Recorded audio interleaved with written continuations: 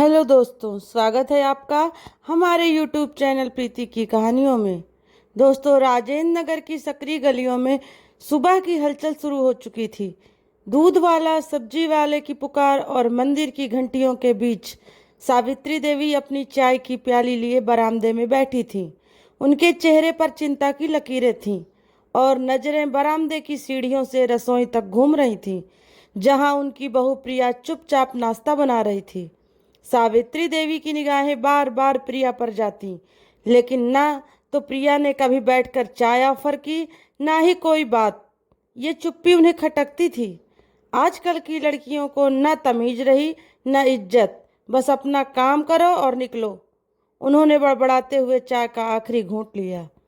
दूसरी ओर प्रिया रसोई में हर काम सलीके से कर रही थी, पर उसकी आंखों में एक डर था, एक असहजता थी। वह हर सुबह जल्दी उठती, सास के लिए चाय बनाती, पूजा करती, लेकिन कभी आंख मिलाकर बात नहीं कर पाती। सास के चेहरे की कठोरता उसे असहज कर देती थी। मम्मी जी को शायद मैं पसंद नहीं हूँ, कुछ भी गलत न कर बैठूं, नहीं तो वो डांट देंगी। यही सोचते हुए वह चुप रहती थी। संध्या के समय घर में सन्नाटा था। राहुल ऑफिस से देर शाम घर आया, थका हुआ लेकिन मुस्कुराता हुआ। राहुल बोला, मम्मी खाना मिला? सावित्री हंसते हुए बोली, तेरी बीवी रानी है इस घर की, उसी से पूछ। प्रिया जल्दी से थाली लगाती है और बिना बोले खाने परोसने लगती है। राहुल हंसकर कुछ बोलता है, लेकिन प्रिया मुस्कान तक नहीं देती। सावित्री धीरे से, ना हंसना आता है इसे, ना बोलना। कैसी बहू लाई है तू? राहुल कुछ नहीं कहता। माहौल भारी हो जाता है। एक दिन त्योहार के दिन प्रिया ने पूरे घर की सफाई की, पूजा की, थाली सजाई, हलवा बनाया, लेकिन जैसे ही उसने सजाई थाली सासू माँ के सामने रखी, सावित्री बोली, किसी चीज में मिठास नहीं है, जैसे इसके स्वभाव में नहीं। प्रिया ने कुछ नहीं कहा, आंखें भर आई, लेकिन उसने आंसू छुपा लिए। एक रात सावित्री देवी की तबीयत अचानक बिगड़ जाती है। राहुल उस रात ऑफिस टूर पर दिल्ली गया होता है। प्रिया घबरा जाती है, लेकिन तुरंत एम्बुलेंस बुलाती है। रास्ते में सावित्री बेहोश होती है। प्रिया फोन पर अस्पताल से बात करती है, खून देती है, सब इलाज करवाती है। डॉक्टर बोले, आपने बिल्कुल सही समय पर इन्हें लाया, थोड़ी भी देर हो जाती तो। प्रिया रोने लगती है, लेकिन फिर भी किसी से कुछ नहीं कहती। अस्पताल में वो अकेली सास के सिरहाने बैठी रहती है पूरी रात। अस्पताल से घर लौटने के 2 दिन बाद सावित्री देवी की हालत अब बेहतर थी। डॉक्टर ने आराम की सलाह दी थी।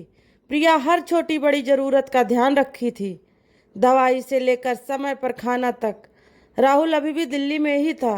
रात को जब सावित्री देवी नींद में थी, प्रिया ने चुपचाप कमरे की खिड़की से पर्दा ठीक किया, तकिए का कोना उठाया और उनके माथे पर हल्के से हाथ रखा। आप अब जल्दी ठीक हो जाए मम्मी जी, वो धीरे से बोली। लेकिन सावित्री की आंखें खुल चुकी थीं। उन्होंने सब देखा और सुन लिया था। पहली बार उनकी आंखों में प्रिया के लिए कठोरता नहीं, अपनापन था। अगली सुबह सावित्री देवी ने पहली बार प्रिया को आवाज देकर बुलाया, प्रिया जरा बैठ इधर मेरे पास। प्रिया चौंक गई। पहले कभी सास ने इस तरह से नहीं बुलाया था। सावित्री धीरे से, कल रात तू मेरा माथा सहला रही थी ना? प्रिया झेपते हुए सिर झुका लेती है, जी मम्मी जी। सावित्री, तू कब से ऐसा कर रही है? जब से आई है ना? प्रिया की आंखें भर आती हैं। उसकी चुप्पी अब चीखने लगी थी। प्रिया आंखों में आंसू लिए, मुझे हमेशा लगा आप मुझसे नाराज हैं, इसीलिए मैं कुछ कह नहीं पाई। डर लगता था कि कुछ उल्टा सीधा न बोल दूं, पर मैंने दिल से कोशिश की कि आपको माँ की तरह मान दे सकूं। सावित्री देवी अब बिल्कुल खामोश थीं। कुछ देर बाद सावित्री देवी थरथराती आवाज में बोली, मैंने तुझसे कितनी गलतफहमियां पाल ली बेटा, और तू तो मुझे माँ समझती रही। मुझे माफ कर दे। पहली बार सावित्री देवी ने अपनी बहू का हाथ पकड़ा और रो पड़ी। उस दिन के बाद घर का माहौल पूरी तरह बदल गया। अब प्रिया खुलकर बोलने लगी, मुस्कुराने लगी। सावित्री देवी ने भी बहू के साथ बैठकर बातें करनी शुरू की। त्योहार आया। इस बार पूजा की थाली सजाते हुए सावित्री देवी ने खुद प्रिया का हाथ पकड़कर कहा, इस बार तू आरती करेगी। ये घर अब तेरा है बेटी। राहुल जब घर लौटा तो वो भी हैरान था। राहुल हंसते हुए बोला, मम्मी क्या बात है, आप दोनों तो जैसे बेस्ट फ्रेंड बन गई। सावित्री मुस्कुरा कर बोली, बेटा जब रिश्तों में चुप्पियां ज़्यादा हो जाएं तो आवाज़ नहीं समझदारी जरूरी होती है। कुछ महीने बाद जब प्रिया अपने मायके जाती है, सावित्री देवी उसे विदा करते समय एक लिफाफा देती हैं।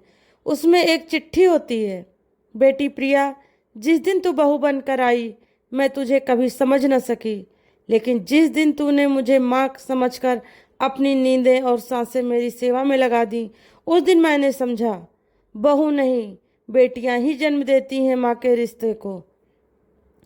लौट आना जल्दी, माँ तेरे इंतजार में रहेगी। सावित्री देवी।